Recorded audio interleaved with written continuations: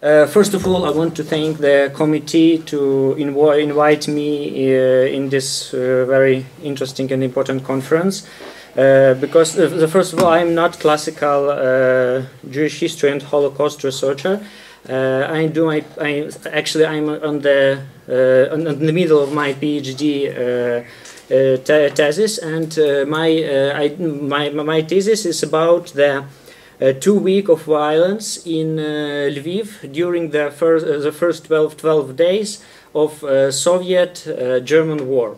It's from 22 in 1941, so 22 of June. So I'm really sorry about the mess of my presentation and of my English, because it's I still didn't manage to get out from Kyiv and from all this political turmoil in Ukraine. So so sorry. Back to Lviv and to my project. It's very interesting. Okay, so couple words about my project. If we about Lviv, if we consider the case of all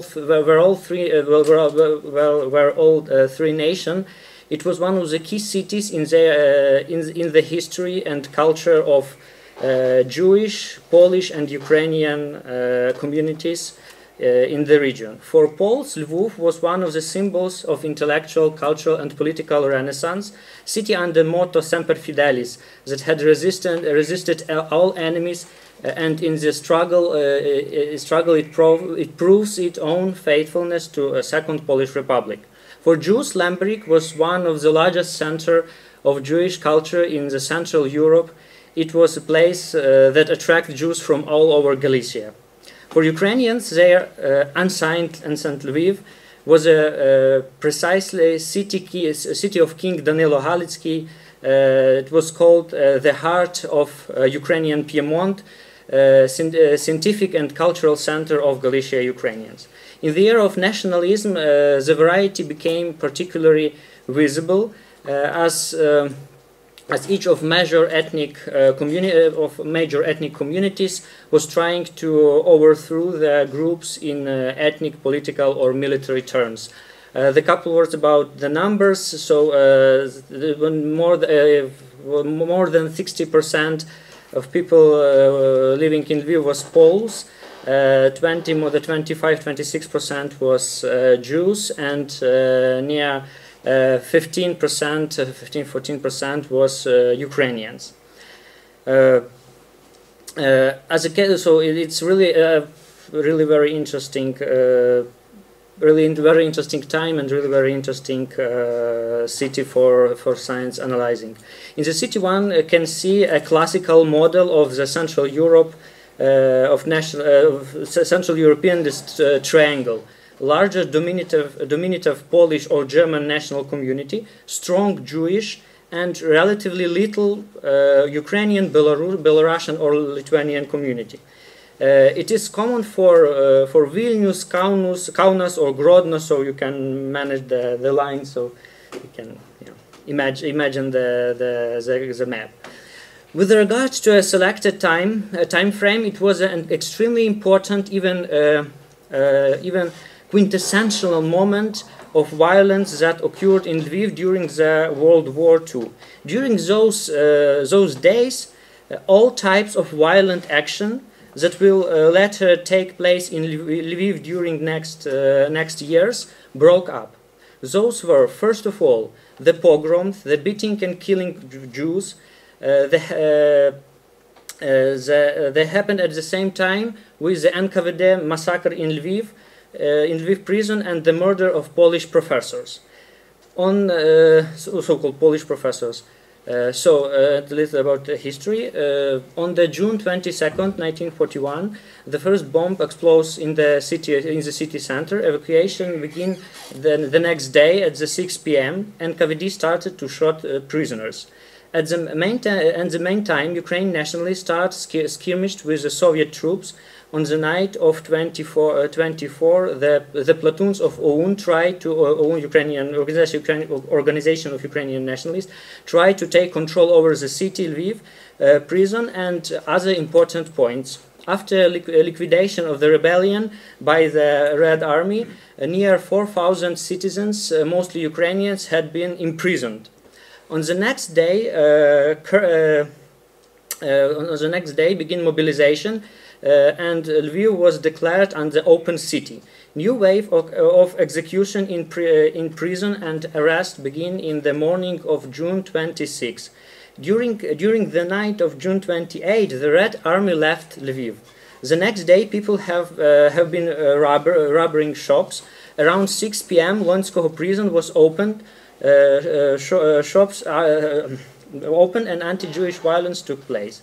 The next day at 2:30 p.m., first German patrols entered Lviv from the southeast.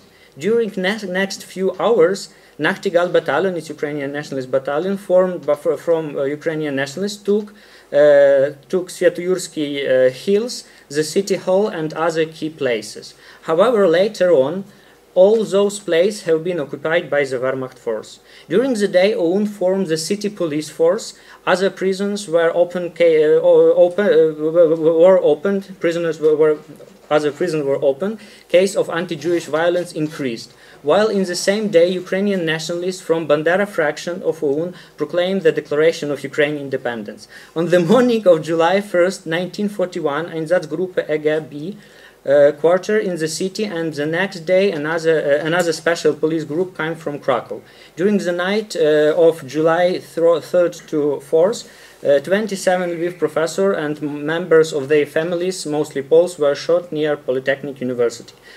And all the time the anti-Jewish violence, in the anti-Jewish violence I mean not only the pogroms but also the killing of Jews take place. From the very beginning, so we can see that for this little, and you have to imagine it's only 12 days.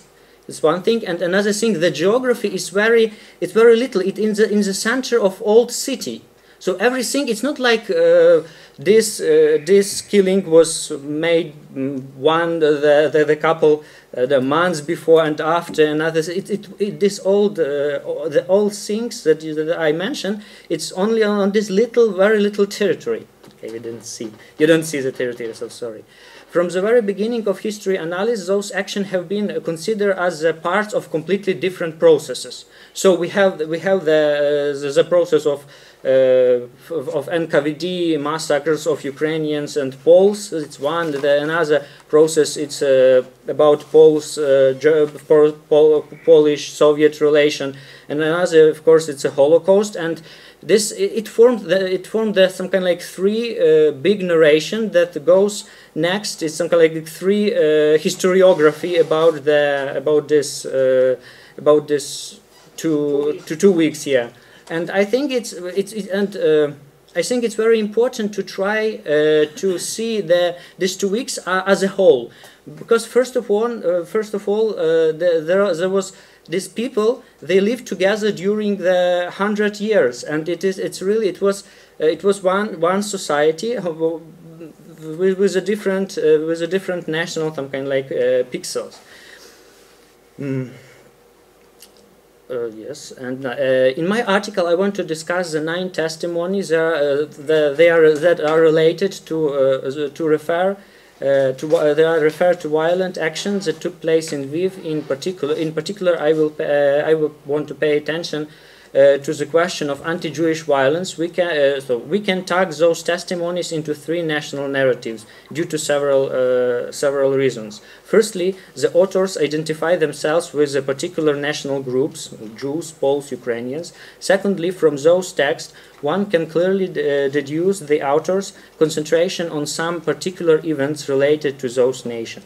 For our research, it is particularly important to demonstrate and to understand what did they see or what they didn't see on the streets of Lviv during those tragic days. So we speak only about narratives. I don't speak about the discussion about we speak only what those people see there and what they maybe didn't see or didn't manage to see. First of all is Jewish narration. Jewish testimony. Jewish testimonies about discussed events are the best source of personal origin. They are structured, specific and deep. For this paper, I used testimony of Stanislav Różycki that were written in September 1941 in Warsaw for Emanuel Ringenblum testimony collection. Another source are memories of Kurt Levin, son of chief rabbi of Lviv, that were written in 1946. And finally, the third are Ignacy Higer memories entitled Świat w mroku, the world in darkness. So about the testimony, all those pieces concentrate on Jewish pogroms, murders in NKVD prison, and the last Jewish pogroms and murders in NKVD prison, and the last days of Soviet dominating in Lviv. In general, we may say that it is a colorful, mostly homogeneous narration with only a couple of difference with regard to perpetrators and timing. For example, two of authors, Levin and Higer, write that full-scale pogroms begin on the first day of July, the day before the rumor about the massacres in the prisons spread in the city where Różycki is at the same time Różycki is mentioned July 4th, 1941. Levin concentrates his narration on the so-called prison action. He argues that it was organized by Gestapo and SS with an active assistance of Ukraine police. And I make a little citation. Ukrainians that supplied Germans with Jews broke up to our home. One of them broke up into the room where I have been. He started digging and beating without debate, expelling to the street where there were Ukrainian and Polish welcoming every Jew with wild cries. As first, there were only shots later. Christians start beating. We have been beaten by umbrellas, whips. They kicked us and crabbled us.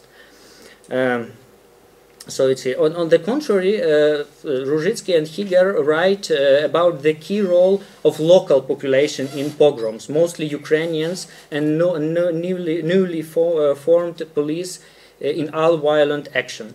Różycki testifies that during the day of German occupation, Germans did not show interest to Jews. My citation: "The funerals were political manifestation turned against the Jews, so they ended in pogroms and robberies of Jewish district. Germans are not interested by the Jews at that moment." And the end of the citation. All accounts point out a strong anti-Soviet uprising of Ukrainian nationalists that, in combination with German saboteurs, had been fighting for a couple of days on the city streets. In particular, Stanislav Różycki testifies about the June 25, 1941. From scholarly point of view, Różycki and Levin made an important estimation of inter-ethnic relation in Lviv in the moment of Soviet withdrawal. So we see we speak only about this couple days. It's about hours and days. For example, Różycki argued that Poles have opportunistic view on the Jews. Most of all, they are afraid of Ukrainians and their anger. Ukrainians de facto hate only the Poles. They would be eager to organize them massacre and pogrom even this night. But there was an order recently from Hitler's Ukrainians.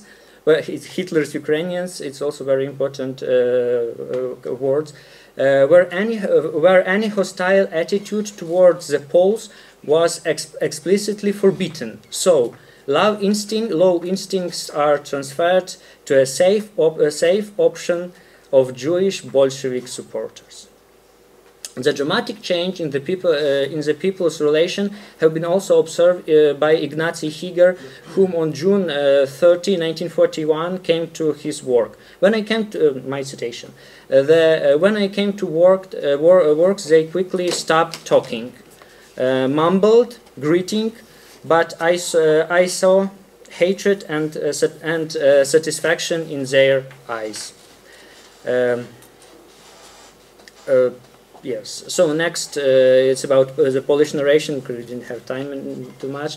The Polish narrative, the sample of Polish narrative, I choose to concentrate on memories written by Polish underground fighter Wanda Ossowska from peasants family who was a nurse and sent to Lviv. And she Lviv to Warsaw from Warsaw. She witnessed the beginning of Nazi-Soviet war in Zamarstynov prison. Another example are memories written on the cards by Professor Stefan Krzyński, an associate in the Institute of Professor Rudolf Weigel. Finally, I'm discussing the memories of Barbara Menkarska-Kozlowska, who was an emigrant writer and historian. Let's skip to the Menkarska-Kozlowska and Professor Krzyński are also elaborating the topic of prison massacre after German arrival. They both mentioned Polish victims. We found out, in my citation, we found out about the killing people in the prison and headquarters of NKVD, Pelczynska Street. Germans were making pictures and allow families to recognize the bodies using throat belongings. They were taking pictures and observe how do we behave while seeing the place of killings.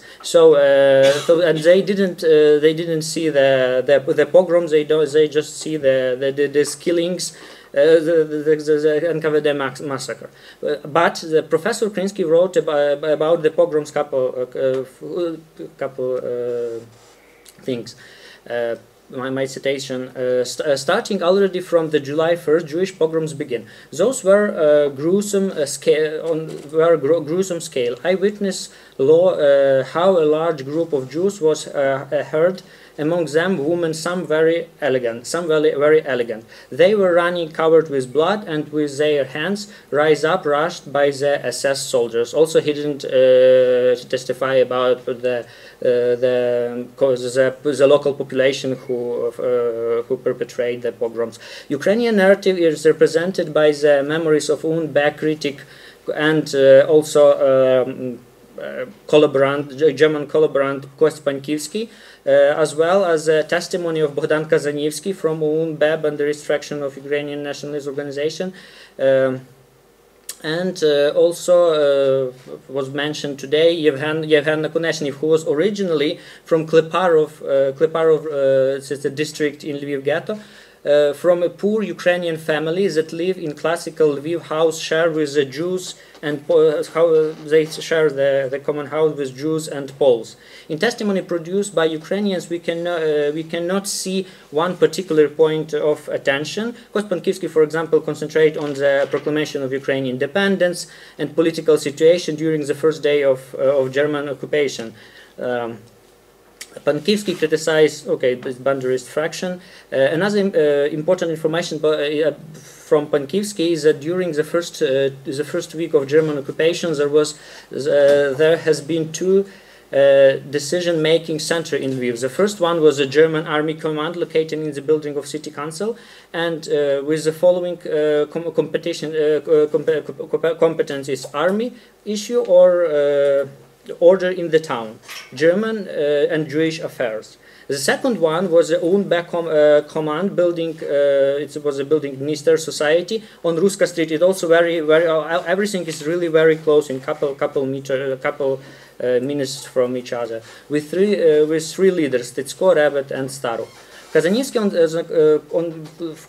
approved the action made by Banderist fraction of OUN, and he write about successful attempt organized by a little platoon of Ukrainian nationalists who tried to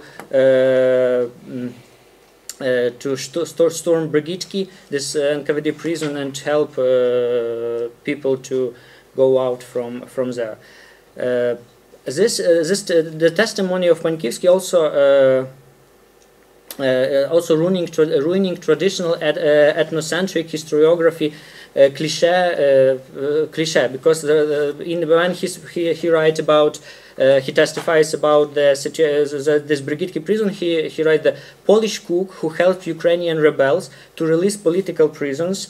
Then a Jewish family is trying to hide escaping Ukrainian nationalists. So it's really something like different point of view from perpetrator.